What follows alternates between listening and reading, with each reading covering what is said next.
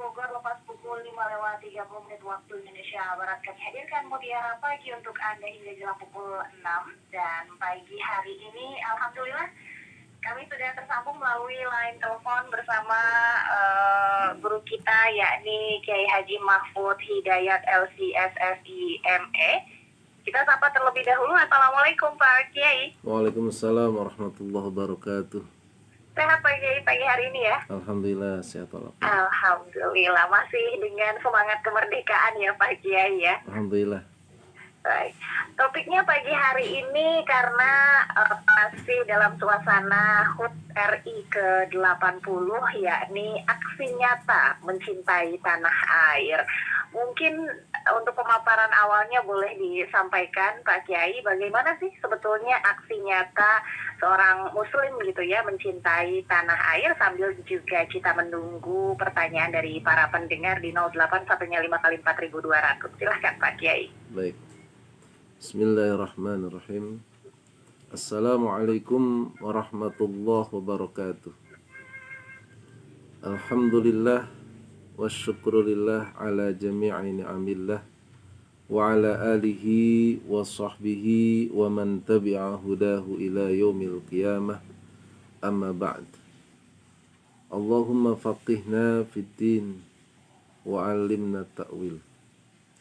Kaum muslimin muslimat, para pendengar RRI Pro 1 Bogor dimanapun berada yang dimuliakan oleh Allah Subhanahu wa Ta'ala, tentu kita bersyukur kepada Allah di pagi hari tanggal 18 Agustus 2025 ini kita masih diberikan kesempatan oleh Allah untuk bisa memperingati ya, kemarin tepatnya 13 Agustus adalah hari kemerdekaan Republik Indonesia yang ke-80. Tentu kita bersyukur bahwa Indonesia dijadikan oleh Allah negara yang aman, yang tentram, yang damai, sehingga kita dapat hidup dengan nikmat bekerja, nikmat beribadah, dan nikmat-nikmat yang lain. Dan mudah-mudahan dengan mensyukurinya Allah menetapkan negara ini selalu aman, tentram, dan sejahtera. Ma'asyiral muslimin rahimakumullah.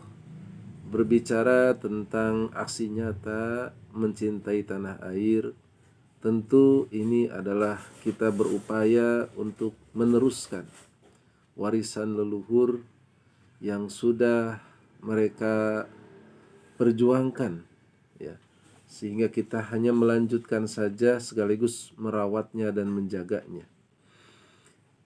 Di dalam Islam tentu semuanya memiliki landasan.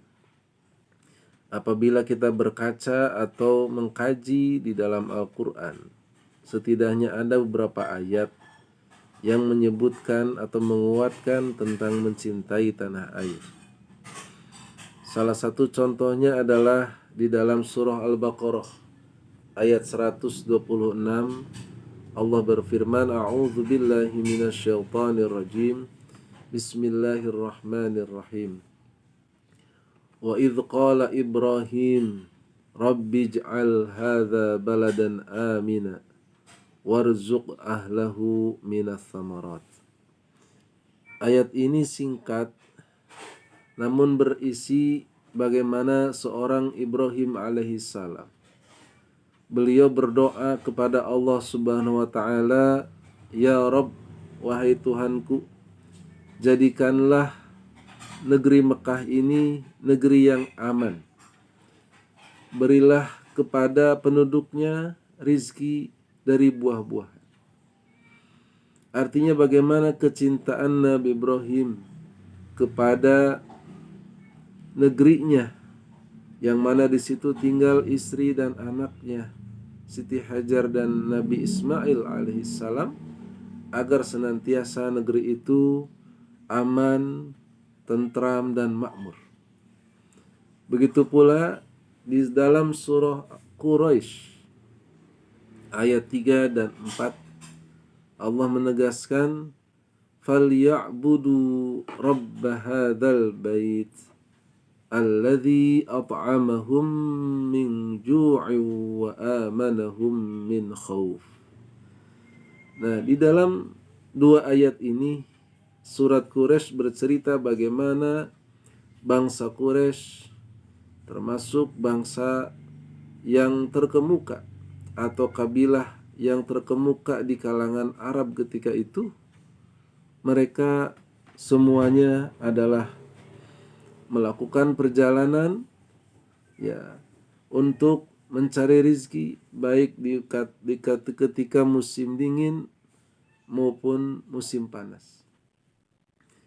Nah, ketika itu ada perintah falyabudu rabb hadzal bait, maka beribadahlah kepada pemilik Ka'bah ini, yaitu Allah, alladzi at'amahum min ju' wa amanahum min khauf, yang telah memberikan keamanan kepada mereka dari kelaparan dan yang telah memberikan makan kepada mereka dari kelaparan dan telah memberikan keamanan dari ketakutan.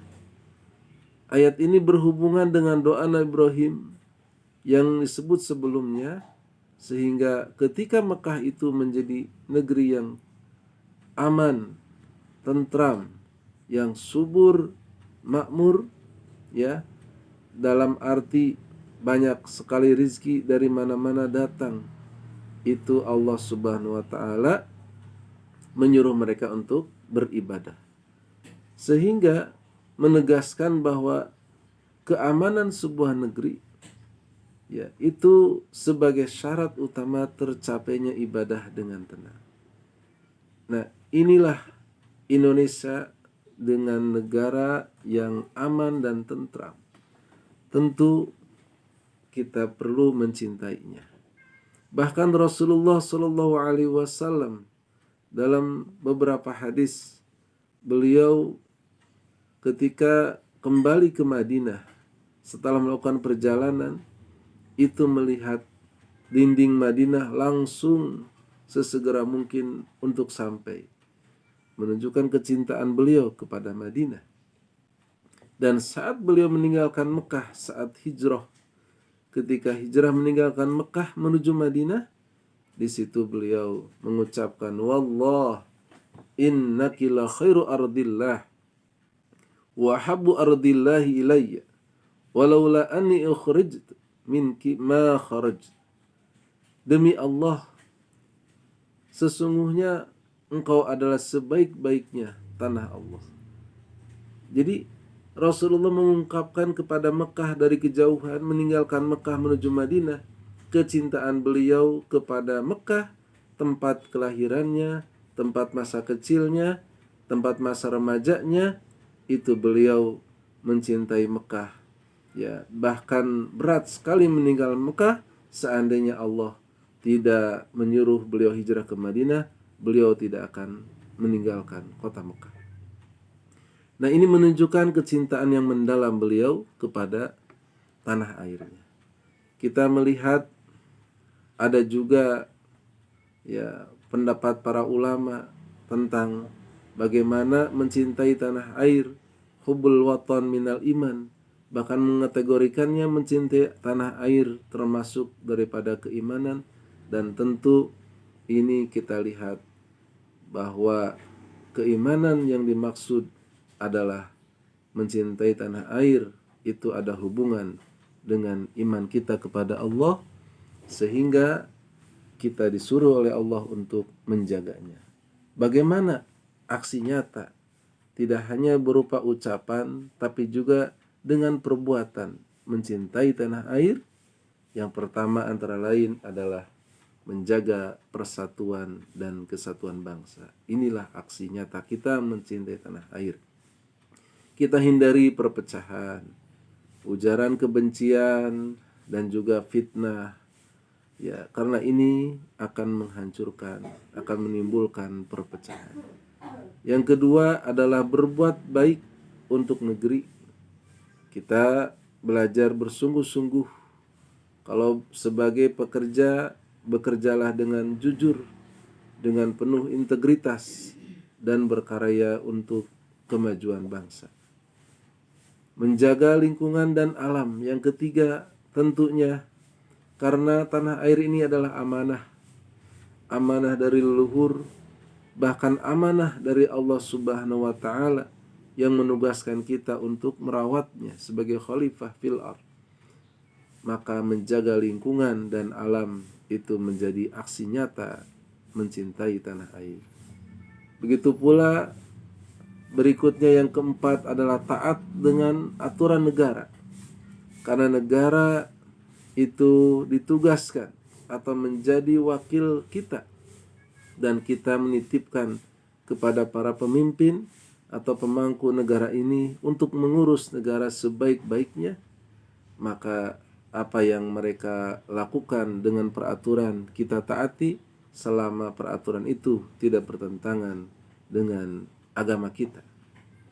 Nah, yang terakhir, mendoakan keselamatan bangsa ini.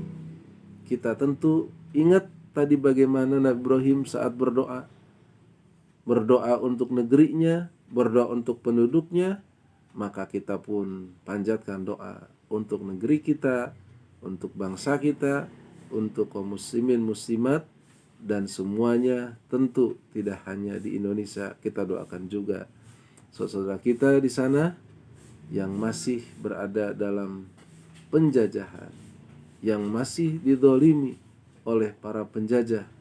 Kita doakan segera merdeka, dan kita doakan mudah-mudahan segala bentuk penjajahan di muka bumi ini oleh Allah segera dilenyapkan, diganti dengan kesejahteraan. Wallahu a'lam bishawab. Baik, terima kasih Pak Kiai untuk pemaparan awalnya terkait topik kita pagi hari ini, aksi nyata mencintai tanah air. Dan Pak Kiai sudah ada beberapa pertanyaan yang masuk, izin membacakan. Yang pertama dari Bapak Abdul Muhi di Curug Mekar. Assalamualaikum, selamat pagi. Waalaikumsalam.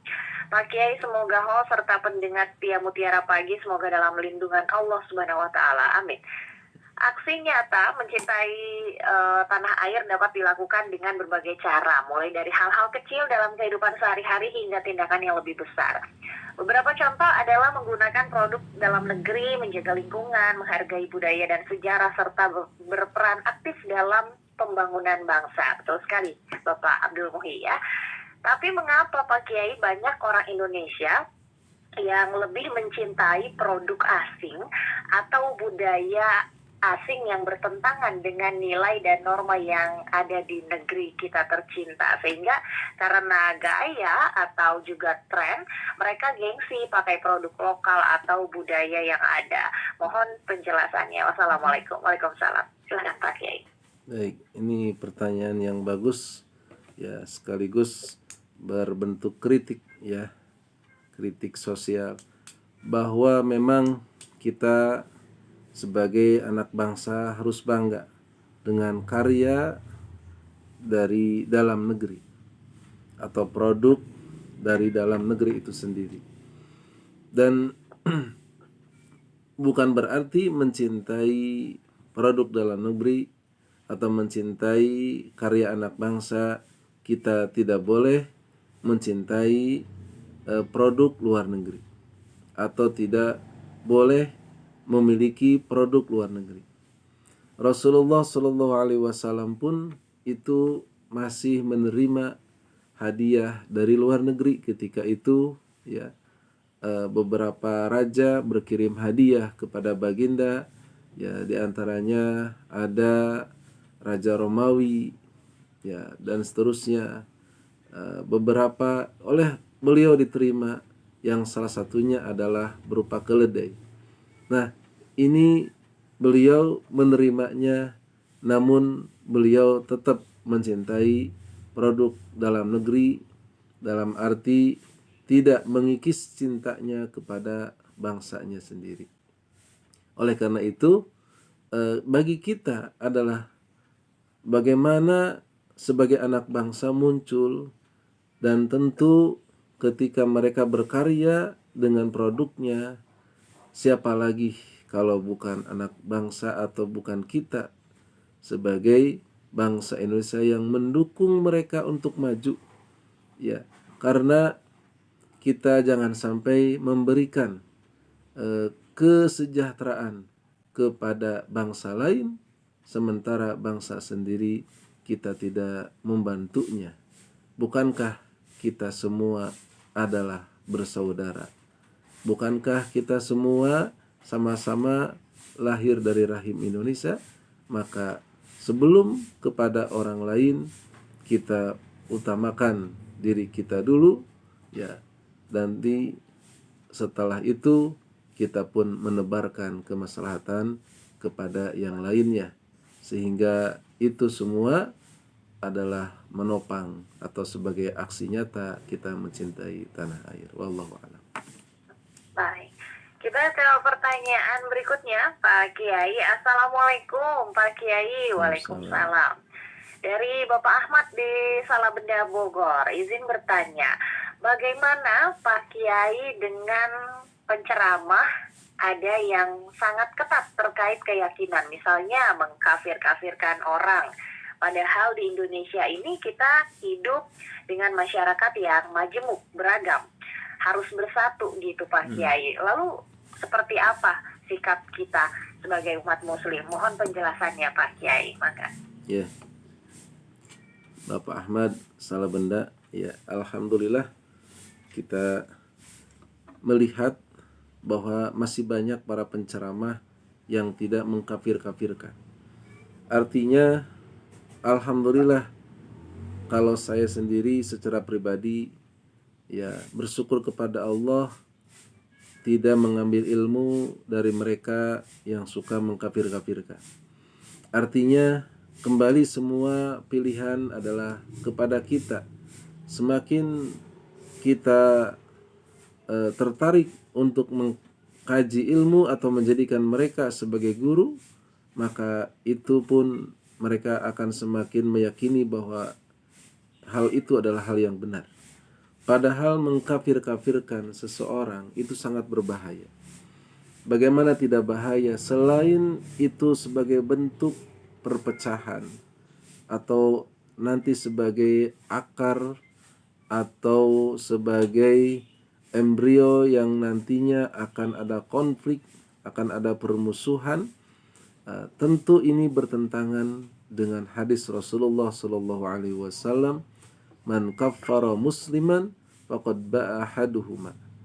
Siapa yang mengkafirkan seorang muslim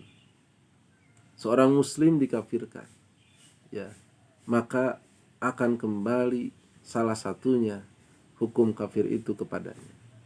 Sehingga harus hati-hati. Kita tidak tahu apakah dia itu benar seperti apa yang kita lihat, atau hanya kita mengikuti rumor, ya, sehingga kita menyebutnya sudah kafir, sudah keluar dari agama Islam hanya karena berbeda dengan kita.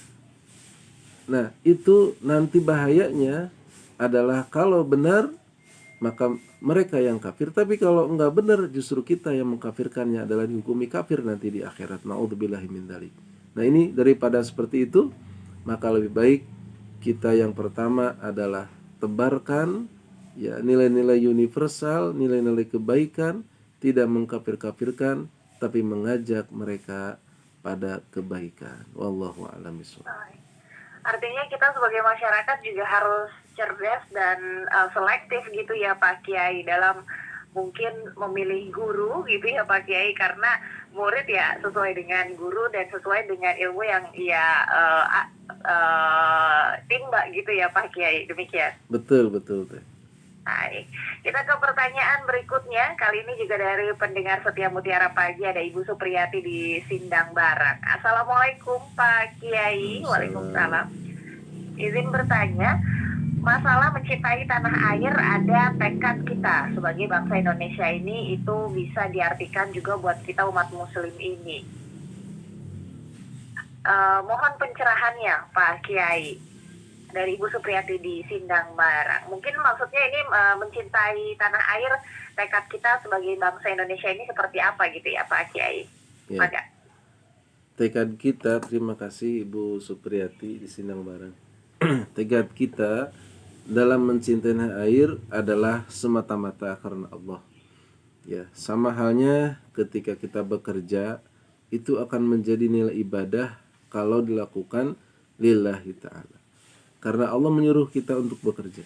Mencintai tanah air itu menjadi nilai ibadah, bahkan bagian dari keimanan kalau kita niatkan itu karena Allah memerintahkan kita untuk mencintai tanah air, ya, karena Allah Subhanahu wa taala menjadikan kita terlahir di tanah air ini dan kita ditugaskan untuk merawat dengan sebaik-baiknya, ya, dan jangan sampai kita keluar terusir tapi harus dipertahankan kemerdekaan. Nah, begitu pula di dalam Al-Qur'an, ya, ada di beberapa surat itu diantaranya adalah Allah tidak melarang seseorang bahkan berbuat baik, berbuat adil kepada non-muslim sekalipun. Itu Allah tidak melarangnya. Silahkan, bahkan harus dalam hadis itu kita memperlakukan mereka dengan adil. Kalau mereka tidak mendolimi kita, kalau mereka tidak mengusir kita dari tanah kelahiran kita. Tapi kalau mereka mengusir kita, bahkan memerangi kita, nah baru disitulah seperti zaman penjajah dulu, ya, ketika datang bangsa luar, mereka mengusik ibadah kita, mengusik bekerja kita, bahkan kita dijadikan sebagai budak. Nah, itu kita diperintahkan untuk berjuang melawan mereka. Tapi kalau mereka tidak dalam kondisi seperti itu, kita bersama-sama meskipun dengan non-muslim untuk saling bahu-membahu, dan tentunya ini adalah bukti daripada cinta tanah air, dan ini adalah menjadi bagi muslim sendiri pahala karena kita mencintai tanah air adalah bagian daripada keimanan kita kepada Allah Subhanahu wa taala. Wallahu a'lam. Kita lanjut Pak Kiai ke pertanyaan terakhir dari Pak Onoy dan juga Pak Adun di Curug Mekar. Pak Onoy bertanya terkait apakah sebenarnya ajaran agama itu terpisah dan memang harus dipisahkan Pak Kiai dengan politik dan urusan negara atau kenegaraan. Itu dari Pak Onoy, Pak Kiai. Kalau Pak Adun bertanya terkait bagaimana cara mencintai tanah air untuk generasi milenial. Soalnya di era sekarang nih Pak Kiai, sepertinya sulit untuk memahami bagaimana cara mencintai tanah air karena memang generasi milenial ini sudah terpapar budaya luar. Pak Kiai, mohon penjelasannya. Mangga Pak Kiai. Ya, terima kasih bagi Pak Onoy, ya, alhamdulillah kita bersyukur kepada Allah bahwa negara Indonesia adalah bukan negara sekuler, ya. Negara sekuler itu adalah negara yang memisahkan antara negara dengan agama. Tapi agama di Indonesia itu dijadikan bagian daripada negara, sehingga, ya, hak-hak sebagai warga negara, ya, itu pun dia harus dalam dirinya ada hak-hak sebagai seorang yang pemeluk agama, oleh negara dilindungi, bahkan difasilitasi, bahkan diberikan ruang-ruang, dan semuanya ada dalam kementerian, ya, sehingga ini kita mensyukurinya. Ya, ada lagi negara yang tentu seperti negara-negara yang ateis, ya, mereka tidak melihat agama, yang penting sebagai warga negara harus patuh kepada negara. Negara tidak memberikan hak-hak mereka sebagai pemeluk agama, dan kalau di Indonesia tentu semuanya itu tidak ada. Bahkan dalam pernikahan sudah diatur, ya, ada hukumnya.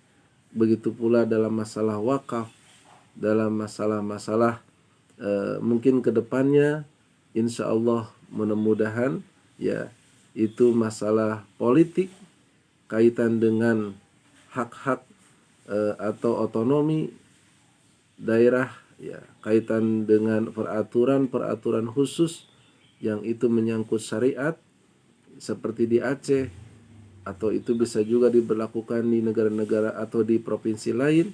Itu bagaimana para pemangku jabatan atau politikus mereka bisa mengatasinya.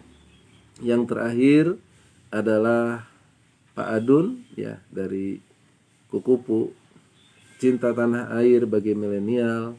Tentu ini adalah sangat penting. Ya, ini pertanyaan yang bagus. Kenapa? Karena kita sering melihat di Bogor misalnya, di Nukiwari, Ngancik, Bihari, Seja, Ayeuna, Sampeureun Jaga. Ya, ini kadang-kadang tulisan ini besar tapi kurang dipahami oleh generasi milenial. Yang paham mungkin hanya beberapa orang saja. Padahal di dalamnya itu ada filosofis yang sangat tinggi.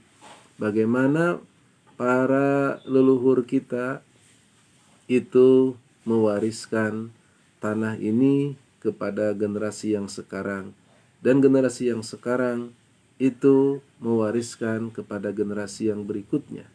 Dan tentu generasi yang sekarang jangan lupa melupakan jasa generasi yang sebelumnya, dan generasi berikutnya jangan melupakan jasa generasi yang sekarang. Oleh karena itu, dalam hal ini bagaimana seorang generasi milenial atau generasi sekarang ini, ya, mereka tidak atau jangan terlalu bangga dengan budaya-budaya luar, ya, tapi belajar bagaimana budaya-budaya yang ada di dalam negeri, karena itu akan mati, akan tidak muncul lagi kalau tidak dihidupkan. Meskipun dengan modifikasi, namun ruhnya harus tetap ada. Dan caranya bagaimana? Bisa dengan cara digitalisasi, dengan cara bagaimana karnaval, dengan cara bagaimana, ya, hal itu dijadikan sebagai nilai positif, ya, yang tentunya kita tidak merasa rendah, bahkan kita merasa tinggi dan bangga sebagai anak bangsa, sebagai bukti dan aksi nyata mencintai tanah air. Demikian, terima kasih semuanya, dan khususnya para penanya dan semua kaum muslimin muslimat. Mohon maaf atas segala kekurangan. Wassalamualaikum warahmatullahi wabarakatuh. Waalaikumsalam warahmatullahi wabarakatuh. Terima kasih Pak Kiai atas ilmu yang sangat bermanfaat sekali di pagi hari ini, mengingatkan kita bahwa pentingnya mencintai tanah air seperti baginda Nabi Muhammad SAW yang juga mencintai tanah airnya. Demikian ya Pak Kiai ya. Iya, alhamdulillah. Baik, sehat selalu Pak Kiai. Salam untuk keluarga. Amin, amin, sama-sama. Masih dalam suasana kemerdekaan, ikut lomba nggak Pak Kiai? Iya, insya Allah ikut. Wih, semangat ya Pak Kiai. Baik, terima kasih sekali lagi. Assalamualaikum Pak Kiai. Ya, waalaikumsalam warahmatullahi wabarakatuh. Pendengar, demikian Mutiara Pagi.